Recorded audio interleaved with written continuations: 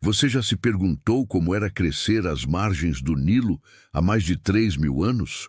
Como brincavam, estudavam e sonhavam as crianças do Egito Antigo, uma civilização que fascinou o mundo com seus templos, múmias e deuses misteriosos?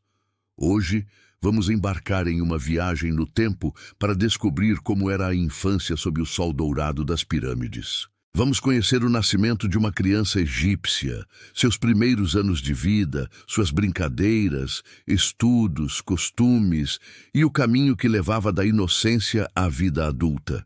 Então, se você gosta de mergulhar em histórias antigas e descobrir curiosidades fascinantes sobre o passado, já deixa o like, se inscreve no canal e vem comigo, porque a história vai começar agora. O nascimento de uma criança no Egito Antigo era muito mais que um evento familiar. Era um acontecimento sagrado, envolto em fé, superstição e alegria. Cada novo bebê era visto como um presente dos deuses, um sinal de que o ciclo da vida continuava sob o olhar atento das divindades. Em um mundo governado por forças divinas e pela ordem cósmica do Maat, a chegada de uma nova vida era motivo de celebração, mas também de cuidado e reverência. As casas, construídas em tijolos de barro, tornavam-se palco desse momento sagrado. Quando o parto se aproximava, as mulheres da família e as parteiras assumiam o controle da situação. Os homens eram mantidos à distância, pois o nascimento era um assunto feminino e profundamente espiritual. As parteiras, experientes e respeitadas, conheciam os segredos das ervas e as palavras de proteção que deviam ser murmuradas para garantir um parto seguro. Com amuletos pendurados no pescoço e pequenas imagens de deuses protetores sobre os altares domésticos, elas invocavam a ajuda de Taweret, a deusa com corpo de hipopótamo e patas de leão, guardiã das grávidas e dos recém-nascidos. Durante o trabalho de parto, era comum que o ambiente fosse purificado com fumaça de incenso e que o nome de Bes fosse pronunciado diversas vezes. Bes, o deus de rosto sorridente e corpo atarracado, era o protetor das casas e das crianças. Sua figura grotesca servia para afugentar os maus espíritos que tentavam se aproximar da mãe e do bebê. As mulheres entoavam cânticos suaves, pedindo que os deuses afastassem o mal e trouxessem luz à nova vida que estava por vir. Quando o choro do bebê finalmente ecoava pela casa, era um som de triunfo. A mãe era banhada e envolta em tecidos de linho limpo, enquanto o recém-nascido era lavado com água do Nilo, um gesto simbólico de purificação e de ligação com o ciclo divino da natureza. O rio, fonte de fertilidade e renovação, era considerado o sopro vital do Egito, e mergulhar o bebê em sua água era um modo de apresentar a criança ao mundo. Depois do nascimento vinham as oferendas. Pequenos bolos de mel, flores e amuletos eram deixados aos pés das imagens de Taweret e Bes. Em famílias mais ricas, sacerdotes podiam ser chamados para realizar bênçãos formais, recitando hinos e pedindo que o destino da criança fosse próspero. Entre os camponeses, as orações eram mais simples, feitas em voz baixa, com as mãos erguidas ao céu. Mas em todas as casas, o sentimento era o mesmo: gratidão e esperança. O bebê recebia seu nome alguns dias depois do parto. Os nomes egípcios tinham significados profundos, muitas vezes ligados a divindades ou virtudes desejadas. Um menino podia ser chamado de Amenhotep, Amon está satisfeito, enquanto uma menina podia receber o nome Merit, a amada. Dar um nome era mais do que uma formalidade. Era conceder identidade e destino, um elo entre o humano e o divino. Nos primeiros dias de vida, a criança raramente ficava sozinha. A mãe a mantinha junto ao peito, e as mulheres da casa se revezavam para ajudá-la. O leite materno era considerado sagrado, símbolo de vida e pureza, e o ato de amamentar era um gesto de devoção tanto quanto de amor. Para afastar doenças e infortúnios, pequenos amuletos eram presos às faixas do bebê. Escaravelhos de pedra, olhos de ouros, figuras de gatos e hipopótamos. Acreditava-se que esses objetos tinham poder real, não apenas simbólico, de repelir o mal. O ambiente doméstico, embora simples, era cheio de significados. O chão de barro era varrido com frequência para afastar os maus espíritos, e os altares familiares exibiam pequenas figuras de deuses. A presença do sagrado era constante. Mesmo em casas humildes, havia sempre um canto reservado para as oferendas, um lembrete de que a vida era sustentada pelos deuses. As mães egípcias eram figuras centrais na criação dos filhos. Além de nutrir e proteger, eram responsáveis por transmitir os primeiros valores, respeito aos mais velhos, gratidão aos deuses e obediência à ordem familiar. O pai, embora menos presente nos primeiros meses, tinha o dever de garantir a segurança e o sustento, além de apresentar o filho às tradições do clã. O nascimento de uma criança também tinha um significado social. Em uma sociedade marcada pela mortalidade infantil, cada bebê que sobrevivia era visto como um triunfo contra as forças do caos. O nascimento reforçava o equilíbrio do lar e o prestígio da família. Ter muitos filhos era sinal de bênção, e as mulheres férteis eram admiradas por todos. Durante as primeiras semanas, o lar se enchia de visitas. Parentes e vizinhos vinham oferecer pequenos presentes, pulseiras, perfumes, tecidos coloridos e desejar boa sorte ao recém-nascido. Havia uma atmosfera de alegria, mas também de cautela. As pessoas acreditavam que os espíritos invejosos podiam tentar prejudicar a criança, por isso muitos evitavam elogiar o bebê diretamente, com medo de atrair o mal-olhado. Assim, entre rituais, cânticos e cuidados, uma nova vida começava sob o olhar das divindades.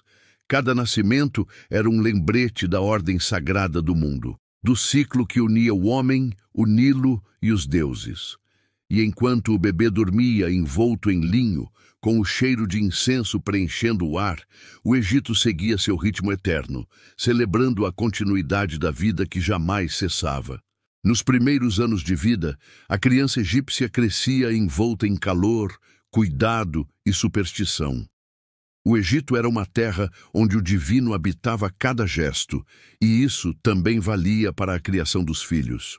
Desde o amanhecer, quando a luz do sol atravessava as frestas das janelas de barro e iluminava o rosto do bebê, a vida começava sob o olhar dos deuses. A mãe, sentada sobre esteiras de junco, amamentava o filho em silêncio com um sorriso sereno e um amuleto pendendo do pescoço.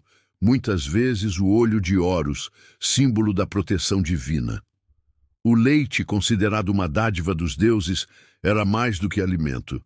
Era a própria essência da vida fluindo da mãe para o filho. A amamentação podia durar até os 3 anos de idade. Era um período de intensa ligação entre mãe e criança, e também de rituais discretos para afastar o mal. As mulheres acreditavam que palavras de proteção deviam ser sussurradas durante a amamentação e que certos gestos, como tocar o bebê com óleo de lótus, garantiam saúde e crescimento.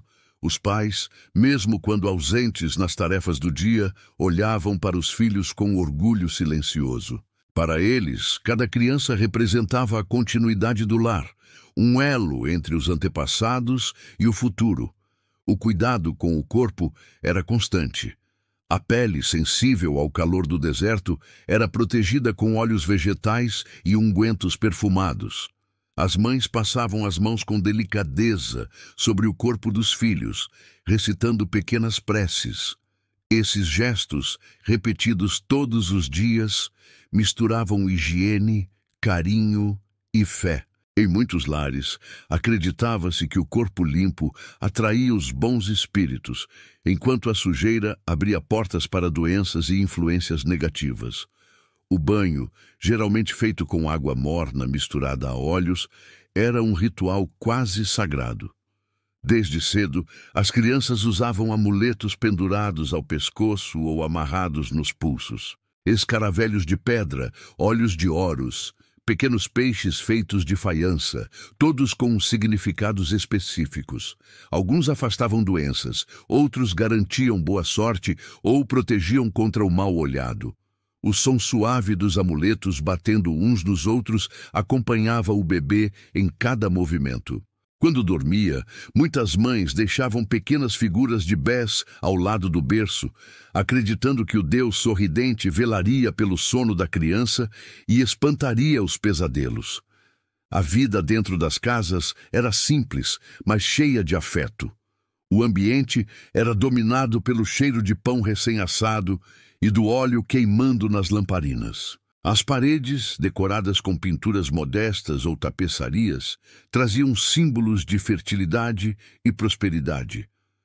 A criança aprendia a engatinhar sobre tapetes de junco, entre vasos de cerâmica e cestos de grãos. Os sons do cotidiano, o bater de moendas, o murmúrio das conversas, o canto das mulheres, formavam o cenário sonoro da infância. Nas famílias humildes, o cotidiano era compartilhado com os animais da casa. Cabras, gatos e até patos que circulavam livremente. As crianças cresciam em meio à poeira e ao riso, brincando com pedaços de madeira, pedrinhas e bonecos de barro. O brincar era uma forma natural de descobrir o mundo. Imitavam os gestos dos pais. O agricultor que lançava sementes, o oleiro que moldava o barro, a mãe que moía o grão. Essas pequenas cenas, tão simples, eram os primeiros ensaios da vida adulta. Já nas famílias ricas, o cenário era outro. As crianças de nobres e escribas tinham criadas para cuidar delas e cresciam em casas espaçosas, com pátios internos e jardins. Brincavam com brinquedos mais elaborados, bonecas articuladas, bolas de papiro, miniaturas de animais e jogos de tabuleiro. As mães nobres se orgulhavam de vestir seus filhos com linho fino e colares coloridos, acreditando que a beleza também refletia a bênção dos deuses. Apesar do conforto, essas crianças eram criadas com rigor e disciplina. O comportamento, a fala e até a postura eram observados atentamente, pois o prestígio da família dependia disso. Mas fosse no palácio ou na cabana, havia algo em comum: o carinho.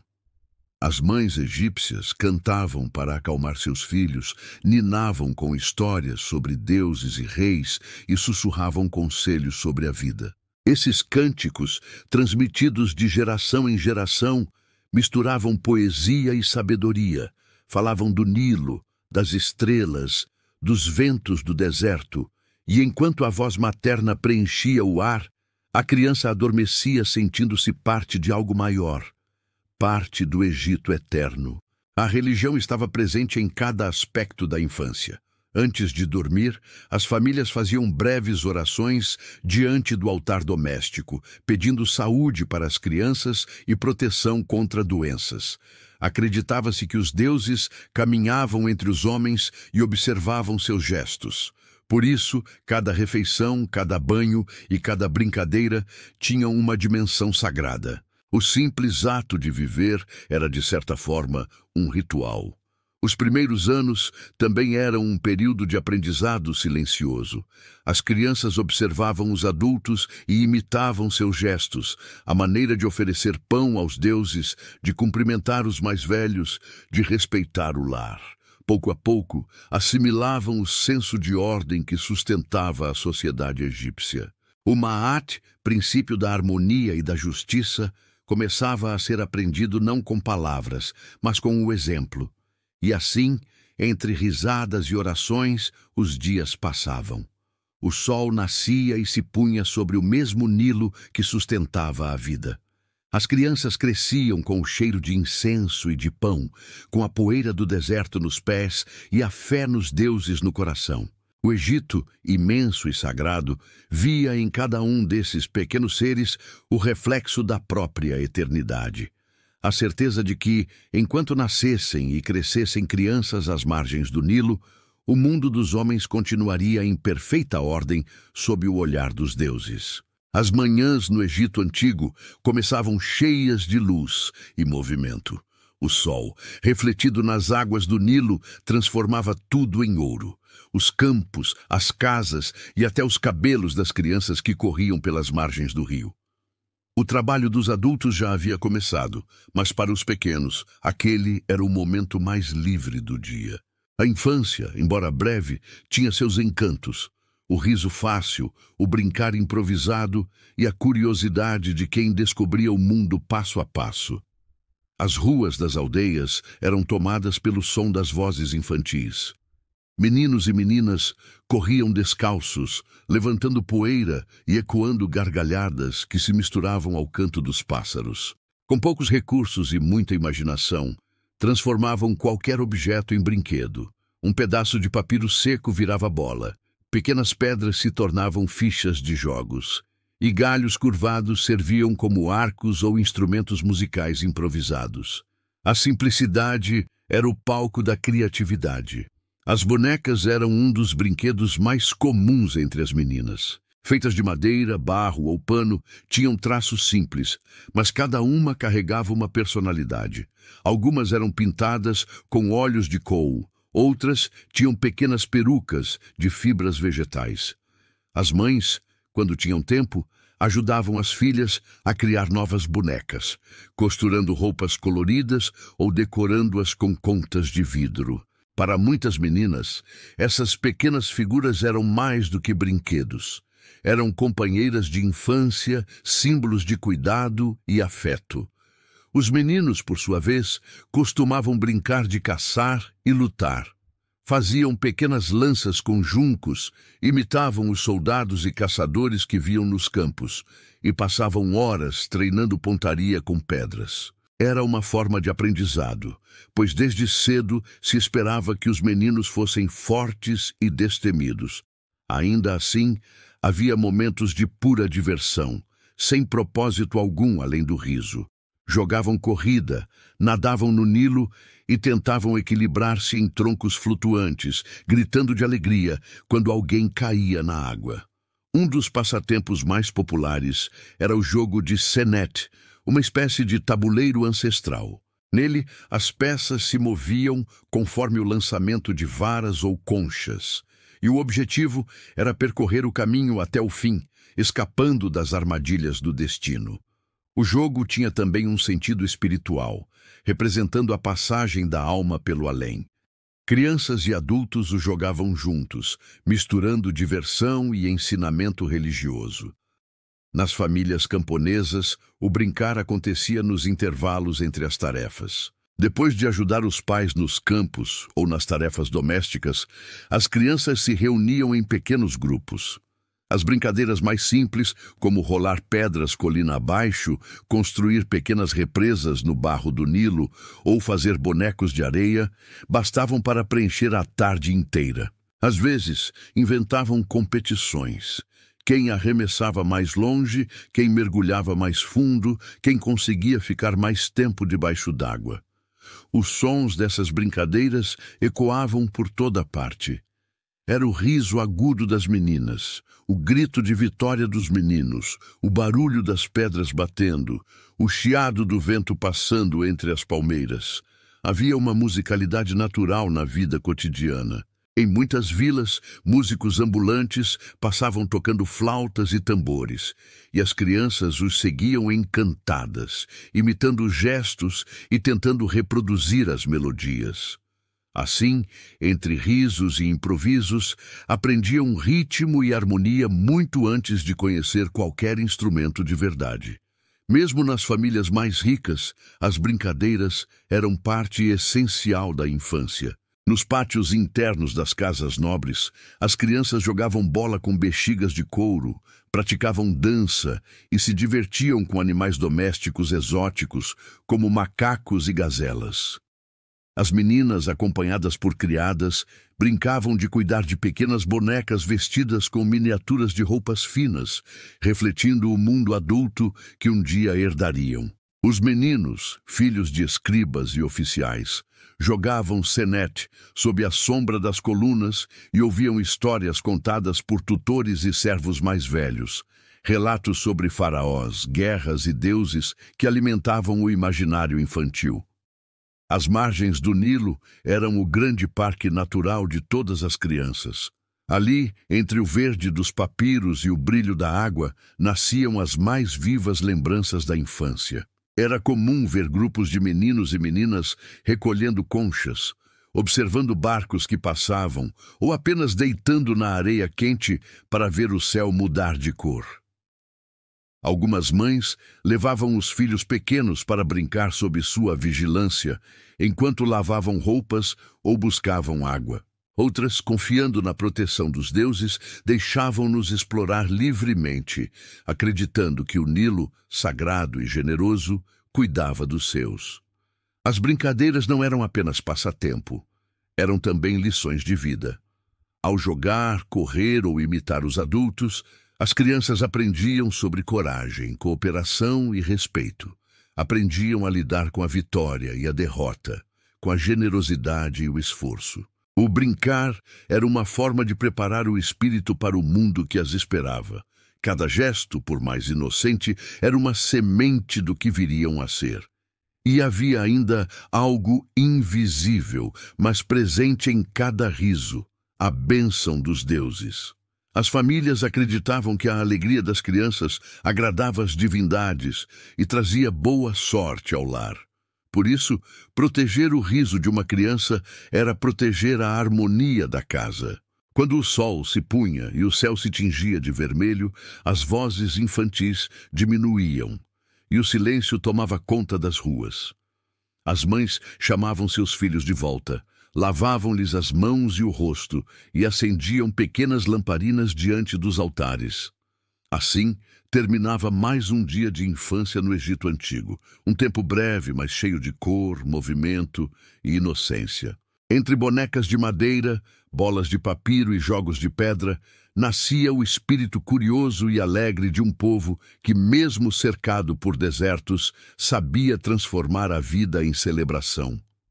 O Egito dos templos e dos faraós também era o Egito dos risos infantis.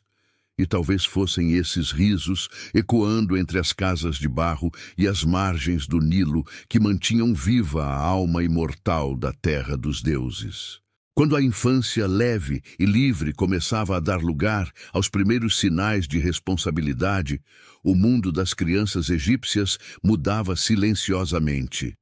O riso ainda existia, mas agora se misturava ao som dos cálamos, riscando o papiro e ao eco distante das vozes dos mestres. Era o início da educação, um caminho que separava destinos e revelava o papel de cada um na grande engrenagem do Egito. Entre as famílias mais abastadas, a educação era um privilégio e também um dever. Os filhos de escribas, sacerdotes e nobres começavam seus estudos por volta dos 7 anos de idade, idade considerada ideal para o aprendizado disciplinado. Eram levados para as chamadas casas da vida, escolas anexas aos templos e palácios, onde o saber era tratado como dádiva divina. Lá, o ambiente era solene. Paredes cobertas de inscrições, prateleiras cheias de rolos de papiro e mestres severos que ensinavam com paciência, mas também com rigor. Os meninos se sentavam no chão, com as pernas cruzadas, segurando suas paletas de madeira, onde se apoiavam os tinteiros de carvão e o pincel de junco. O cheiro do papiro novo misturava-se ao calor do sol que entrava pelas janelas. O aprendizado começava com a escrita dos hieróglifos, os símbolos sagrados que representavam palavras, sons e ideias. Cada traço exigia precisão e concentração. O erro não era apenas uma falha de escrita, mas um desrespeito à ordem divina, pois a escrita era vista como um reflexo da harmonia do universo. Os mestres, conhecidos como guias da fala justa, ensinavam não apenas letras e números, mas também moral e comportamento. Repetiam provérbios e máximas de sabedoria, como "a língua é mais afiada que a espada, e quem aprende vive duas vezes. Para os egípcios, o conhecimento era o caminho mais nobre de ascensão. Um menino pobre podia se tornar escriba e mudar o destino de sua família. Um feito raro, mas não impossível. Por isso, os pais viam a escola como uma ponte para a honra e a estabilidade. As aulas incluíam leitura, caligrafia, matemática e religião. Aprendiam a medir campos, calcular grãos e registrar impostos. A matemática estava em tudo, nas pirâmides, nos calendários e até nos rituais sagrados. Já a religião era o coração da educação. As crianças aprendiam sobre os deuses, os mitos da criação, os ciclos do Nilo e as leis do Maat, a ordem cósmica que mantinha o equilíbrio do mundo. O aprendizado não era apenas racional, mas também espiritual. A disciplina, porém, era severa. O mestre exigia silêncio e atenção. Quem se distraía era corrigido com firmeza, às vezes com palavras duras, outras com uma vara de junco. Os castigos, embora dolorosos, eram vistos como parte do processo de formação. A ideia era moldar não apenas o corpo, mas o caráter. Ser escriba exigia paciência, concentração e humildade, pois lidar com o saber era ao mesmo tempo um privilégio e uma responsabilidade diante dos deuses. Enquanto isso, nas aldeias e vilas, a realidade era muito diferente. A maioria das crianças não frequentava escolas, pois o aprendizado vinha da terra e do exemplo dos mais velhos. Os filhos de agricultores acompanhavam os pais aos campos, observando cada gesto, o arado cortando o solo, a semeadura, a colheita. Desde cedo, aprendiam a respeitar o ritmo do Nilo, a distinguir o cheiro da terra fértil e a reconhecer o momento certo de plantar. O saber deles não vinha dos papiros, mas do contato direto com a natureza. As meninas, tanto nas casas humildes quanto nas ricas, raramente iam à escola. Aprendiam com as mães os ofícios do lar: tecer, moer grãos, preparar alimentos e cuidar dos irmãos menores. Mas, longe de serem ignoradas, eram valorizadas como pilares da família. A sabedoria feminina, transmitida de geração em geração, estava presente nos rituais domésticos, nas canções e nas receitas de cura. Muitas mulheres também sabiam ler e escrever, especialmente as filhas de escribas e sacerdotisas, que podiam atuar em templos ou na administração. Nas margens do Nilo, os filhos dos pescadores aprendiam a remar antes mesmo de saberem escrever o próprio nome. Observavam o movimento das águas, o comportamento dos peixes e a direção dos ventos. Cada habilidade, cada gesto era uma lição prática.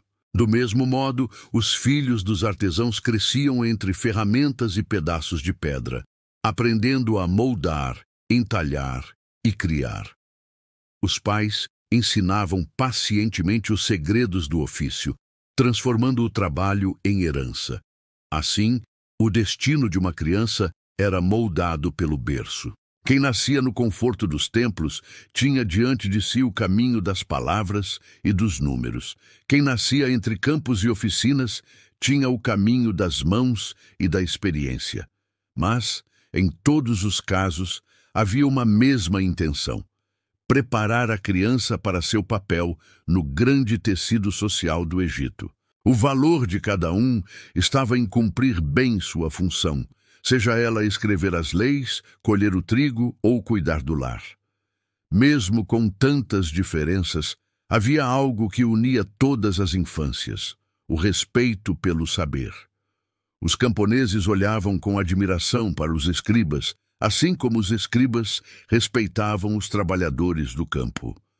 Ambos sustentavam o Egito à sua maneira.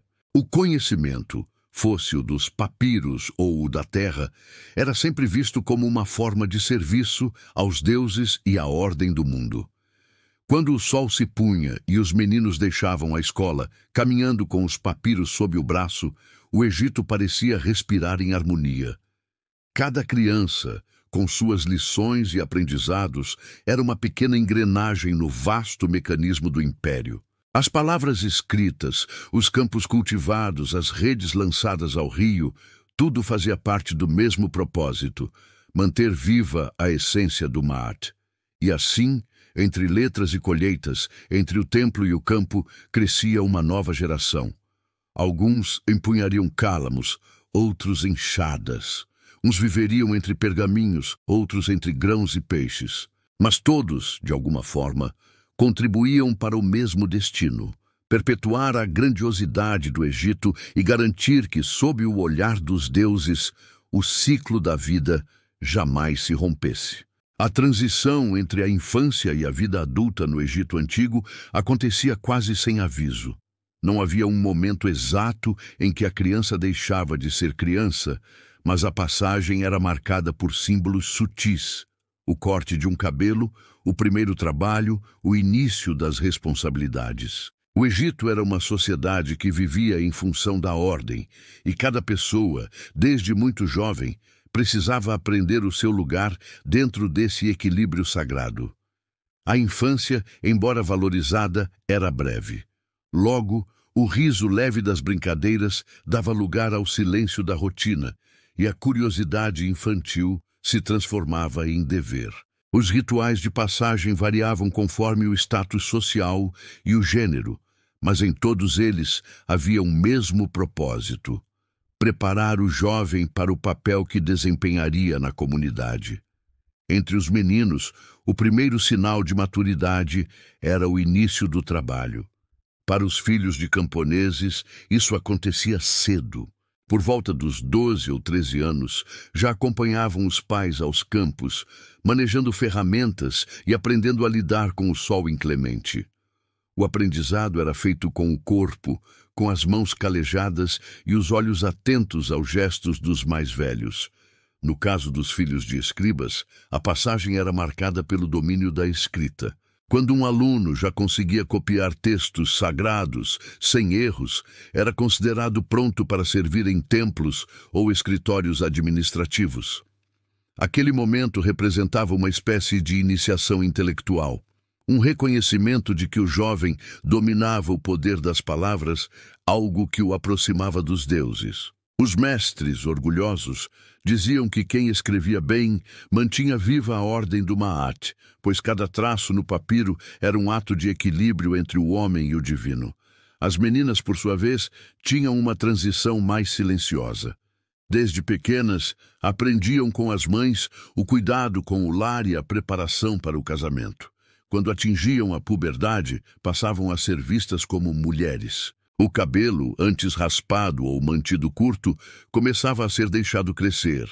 As roupas ganhavam adornos e tecidos mais refinados. Era comum que recebessem amuletos de fertilidade, pequenos escaravelhos, pingentes de bés ou imagens de Taweret, símbolos de proteção para a nova fase da vida. Os casamentos costumavam acontecer cedo.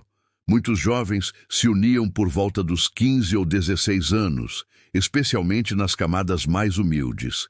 O matrimônio não era apenas uma união afetiva, mas também um acordo social e econômico. A família representava a base da ordem egípcia, e o dever de cada jovem era contribuir para sua continuidade. Amar era importante, mas mais ainda era cumprir o papel esperado pelos deuses: gerar descendência, manter o lar e honrar os antepassados. Mesmo com a seriedade dos deveres, a juventude não era desprovida de alegria.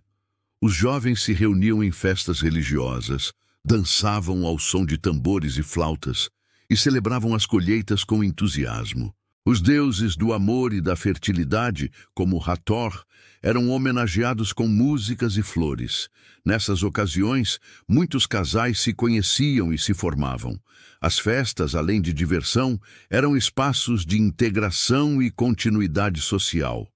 O início da vida adulta trazia também um senso de orgulho. Trabalhar era servir ao Egito, e servir ao Egito era servir aos deuses. Os jovens compreendiam que cada esforço, por menor que fosse, mantinha viva a ordem divina. o pescador que lançava suas redes, o pedreiro que erguia pedras sob o sol, o escriba que registrava as contas do templo, todos participavam de uma mesma harmonia cósmica. Esse senso de propósito fazia com que o dever não fosse visto como fardo, mas como honra. Ainda assim, havia um momento de transição simbólico que muitos pais faziam questão de marcar: o corte da mecha lateral de cabelo. As crianças egípcias, especialmente os meninos, usavam uma mecha pendente como sinal de juventude. Quando ela era cortada, o gesto representava o fim da infância. Era um pequeno ritual, realizado com solenidade, muitas vezes acompanhado de uma oferenda aos deuses domésticos. O jovem, agora considerado adulto, recebia uma túnica nova e, em alguns casos, um amuleto especial que marcava o início de sua jornada independente. A religiosidade permanecia no centro da vida dos jovens. Mesmo os que trabalhavam em ofícios simples mantinham altares em casa, onde acendiam lamparinas e faziam pequenas preces. O Egito acreditava que os deuses observavam tudo, e que o bom comportamento, a dedicação ao trabalho e a obediência aos pais eram virtudes que garantiam proteção e prosperidade. O respeito pelos mais velhos era absoluto.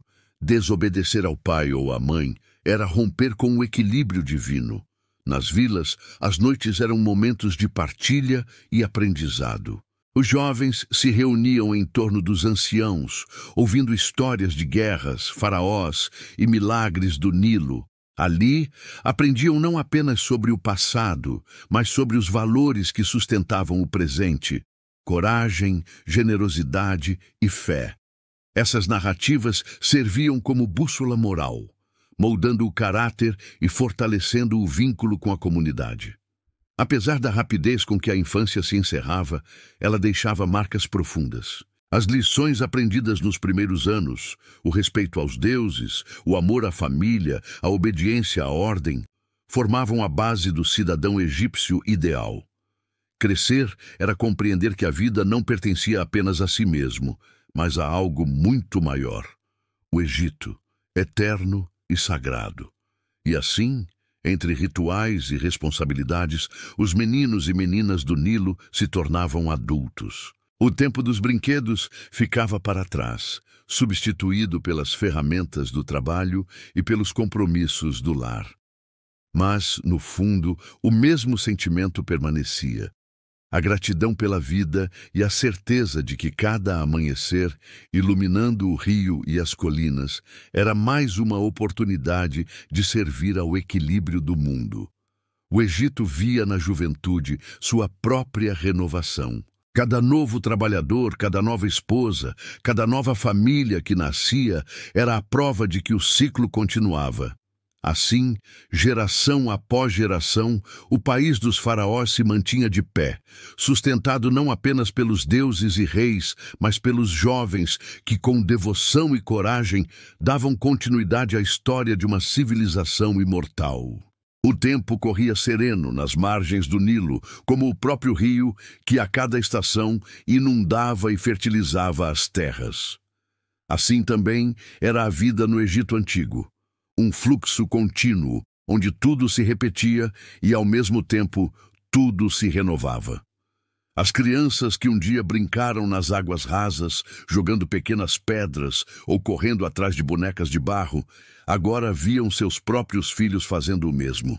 O ciclo se fechava com suavidade, sem rupturas, sem pressa, apenas a certeza tranquila de que a vida seguia o curso traçado pelos deuses.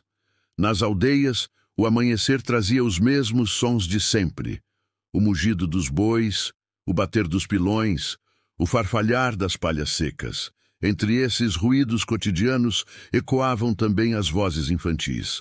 Pequenas risadas, gritos de brincadeira, cantigas improvisadas. Elas se misturavam ao vento do deserto e ao rumor das águas, lembrando a todos que o Egito, mais do que templos e faraós, era feito de gente comum, de mães que embalavam seus filhos, de pais que ensinavam o ofício, de crianças que corriam livres entre as casas de barro.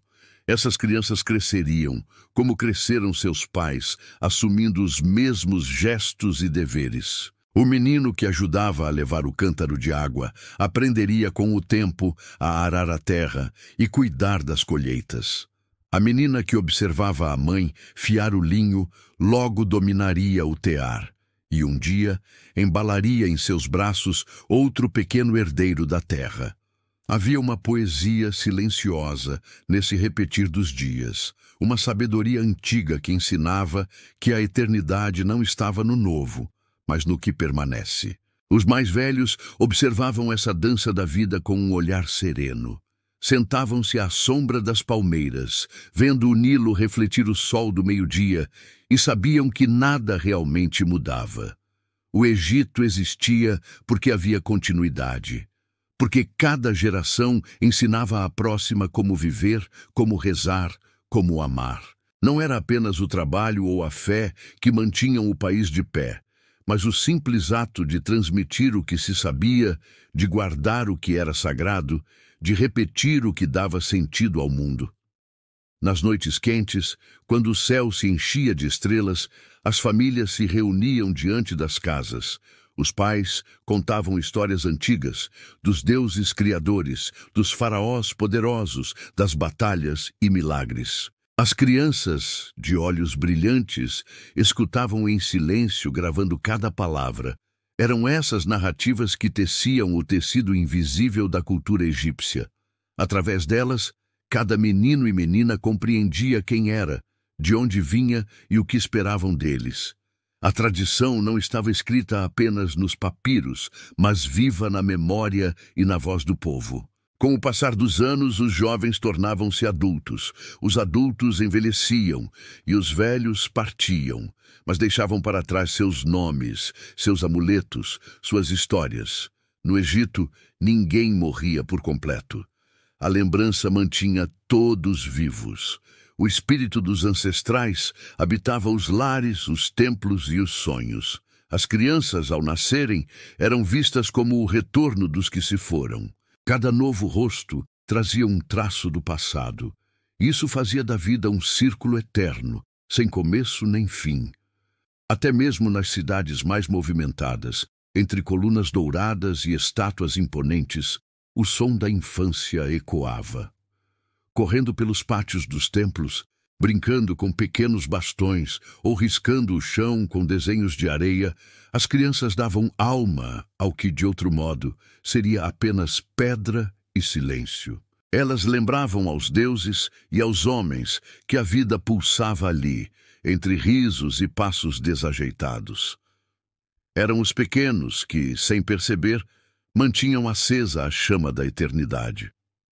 Enquanto os escribas registravam decretos e os sacerdotes entoavam cânticos, o Egito respirava pelas mãos das mães que cuidavam, pelas vozes dos jovens que aprendiam e pelos olhos curiosos dos que ainda descobriam o mundo. Era essa soma de gestos simples que sustentava o império. A força não estava apenas nas pirâmides ou nos tronos dourados, mas no cotidiano, nas refeições partilhadas, nas histórias repetidas, nas orações murmuradas ao entardecer. Havia uma beleza particular em cada detalhe. O som do vento nas palmeiras, o brilho do Nilo sob a lua, o rastro dos pés pequenos marcando a areia úmida. Esses momentos, quase invisíveis, formavam a verdadeira alma do Egito.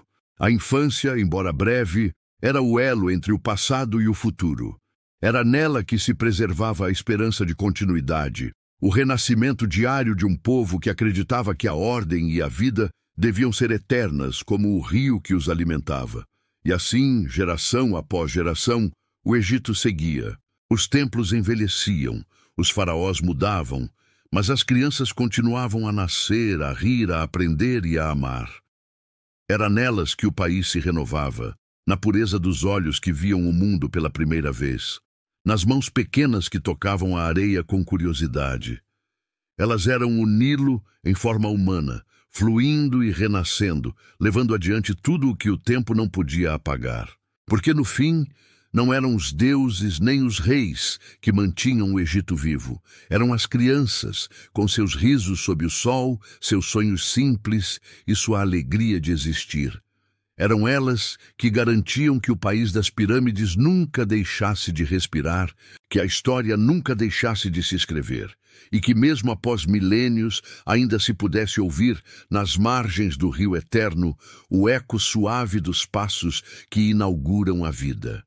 E é nesse som, misturado ao vento e à água, que o Egito continua, vivo, imortal, sustentado não apenas por suas glórias, mas pela doçura eterna da infância.